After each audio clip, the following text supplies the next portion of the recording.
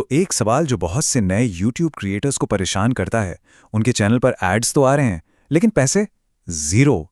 आज हम इसी गुत्थी को सुलझाने वाले हैं। हाँ, ये बहुत आम बात है। कई लोग देखते हैं कि उनके वीडियो पर विज्ञापन तो चल रहे हैं, लेकिन जब वो अपनी कमाई देखते हैं तो वहां कुछ भी नहीं होता।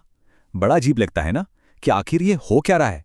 तो चलिए इस मिस्ट्री को सॉल्व करते हैं, समझते हैं कि आखिर मोनेटाइजेशन ऑन होने से पहले भी ये एड्स क्यों और कहां से आ जाते हैं। देखिए, अगर किसी के साथ ऐसा हो रहा है तो सबसे पहले ये जान लें कि वो अकेले नहीं है, बहुत लोगों के साथ होता है। चैनल अभी पार्टनर प्रोग्राम का हिस्सा भी नहीं बना, लेकिन एड्स चल रहे हैं। अब इसके पीछे ना कुछ खास वजह हैं जो सीधे सीधे यूट्यूब के सिस्टम से जुड़ी हुई हैं। तो फिर सबसे बड़ा सवाल कि अगर पैसा क्रिएटर की जेब में नहीं जा रहा तो जा कहाँ रहा है ना? चलिए इस पैसे का पीछा करते हैं और समझते हैं कि ये पूरा खेल क्या है। तो इसके पीछे ना मोटे तौर पर 3 बड़ी वजह हो सकती हैं। समझते हैं एक एक करके कि ये क्या है। तो देखिए, पहली और सबसे सीधी सी बात, YouTube के पास ये हक है कि वो अपने प्लेटफॉर्म के किसी भी वीडियो पर ऐड चला सकता है। इससे कोई फर्क नहीं पड़ता कि चैनल मोनेटाइज्ड है या नहीं। ये उनकी सर्विस की शर्तों में साफ साफ लिखा है। आखिर उन्हें भी तो अपने प्लेटफॉर्म से पैसा कमाना है।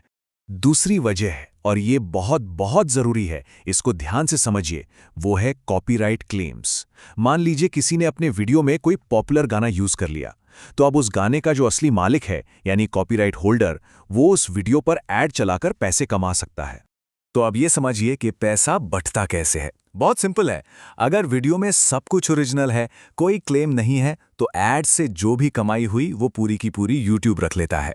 और अगर वीडियो में किसी और का गाना या क्लिप यूज हुआ है तो सारा पैसा उस कॉपीराइट ओनर को चला जाता है। मतलब निचोड़ क्या निकला? यही कि इन दोनों ही सिचुएशन में क्रिएटर को मिलता है ज़ीरो, 1 रुपया भी नहीं। सारा पैसा या तो यूट्यूब की जेब में जाता है या फिर कॉपीराइट होल्डर की। तो अब सवाल ये उठता है कि ज़ीरो इनकम वाले चक्कर से बाहर कैसे निकले? एक क्रिएटर असल में कमाई करना शुरू कैसे कर सकता है?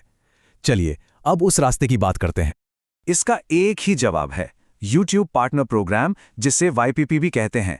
बस इसी प्रोग्राम में शामिल होने के बाद एक क्रिएटर अपने वीडियो पर चलने वाले एड से होने वाली कमाई में हिस्सा ले सकता है। और हाँ, विज्ञापनों से सीधे पैसे कमाने का यही एक और सिर्फ एक ही तरीका है। लेकिन हाँ, इस प्रोग्राम का हिस्सा बनना इतना आसान भी नहीं है। इसके लिए अप्लाई करने से पहले चैनल को सब्सक्राइबर्स और व्यूज से जुड़ी कुछ शर्तें पूरी करनी पड़ती हैं। सबसे पहली शर्त, चैनल पर कम से कम 1000 सब्सक्राइबर्स होने चाहिए। ये पहला बड़ा माइलस्टोन है।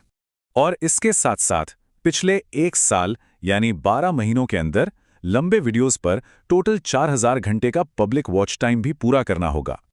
लेकिन रुकिए, अगर कोई लंबे वीडियो नहीं बनाता, सिर्फ शॉर्ट्स पर फोकस करता है तो उसके लिए एक दूसरा रास्ता भी है। पिछले 90 दिनों में 10 मिलियन यानी पूरे 1 crore valid public shorts views. क्योंकि YouTube भी जानता है कि शॉर्ट्स पर व्यूज कितनी तेजी से आते हैं, इसलिए ये ऑप्शन भी दिया गया है। अच्छा, मान लीजिए कोई अभी YPP के लिए एलिजिबल नहीं है, तो क्या वो अपने वीडियो पर आने वाले एड्स के बारे में कुछ कर सकता है? जवाब है हाँ, थोड़ा बहुत कंट्रोल तो होता ही है। तो सोचिए, अगर किसी के वीडियो पर कोई गलत या अजीब सा ऐड आ जाए जो उसके चैनल के हिसाब से बिल्कुल ठीक नहीं है, तो क्या किया जा सकता है? घबराने वाली कोई बात नहीं है। इसे रिपोर्ट करने का बहुत सीधा तरीका है। किसी भी ऐड को रिपोर्ट करना बहुत सिंपल है। जब ऐड चल रहा हो तो उस पर एक छोटा सा आई जैसा इन्फो बटन दिखेगा। बस उस पर क्लिक करना है और फिर रिपोर्ट ऐड का ऑप्शन सेलेक्ट कर लेना है। बस हो गया। चलिए, तो अब तक हमने जो भी बात की उसे फटाफट से समेट लेते हैं। मेन पॉइंट्स क्या थे? तो ये है पूरी कहानी, इस कंफ्यूजन से लेकर क्लैरिटी तक। याद रखने वाली बातें क्या हैं? पहली, एड्स किसी भी चैनल पर आ सकते हैं। दूसरी, इन एड्स का पैसा नॉन मोनेटाइज क्रिएटर को नहीं बल्कि YouTube या कॉपीराइट होल्डर को मिलता है। और तीसरी और सबसे जरूरी बात, कमाई में हिस्सा चाहिए तो YouTube पार्टनर प्रोग्राम में आना ही होगा। तो अब जब रास्ता एकदम साफ है, एक सवाल सोचने के लिए छोड़ जाते हैं। एक नए क्रिएटर के लिए पहले क्या जरूरी है, सब्सक्राइबर्स या वॉच आवर्स? किस पर पहले फोकस करना चाहिए? इसी सवाल के जवाब में आगे की पूरी स्ट्रैटेजी छुपी है।